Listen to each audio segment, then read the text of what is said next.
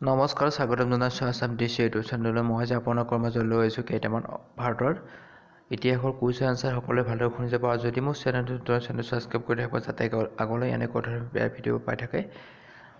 মই ইয়াৰ আগত দুটা পাৰ্ট দিছোঁ, যদি চোৱা নাই চাই ল'ব। ইয়াৰ আগতে মই অসম হিষ্ট্ৰীৰ কেইবাটাও পাৰ্ট দিছোঁ, যদি চোৱা নাই চাই ল'ব। বহুখিনি আছে, মই কালেকশ্যন কৰি দি দিছোঁ, যদি চোৱা নাই চাই ল'ব। 21 কালিদাস কোনজন সম্ৰাটৰ সভাসদ আছিল? উত্তৰ হ'ব চন্দ্ৰগুপ্ত দ্বিতীয়। 22 অজন্তা চিত্ৰকলা মূলতঃ কিহৰ ওপৰত ভিত্তি কৰি বৰ্ণিত হৈছে? উত্তৰ হ'ব জাতক।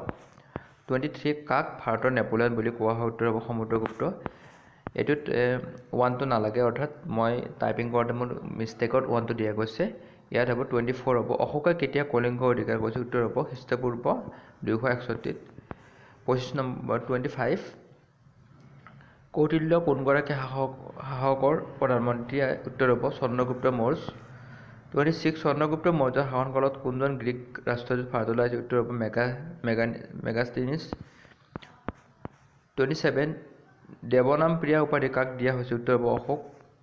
28 চৰক কোনগৰাকী ৰজাৰ ৰাজসভাৰ চিকিৎসক আছিল? উত্তৰ হ'ব কনিষ্ক। 29 প্ৰথম কোনে সোণৰ মুদ্ৰা প্ৰচলন কৰিছিল? উত্তৰ হ'ব ইণ্ডো গ্ৰীকসকলে।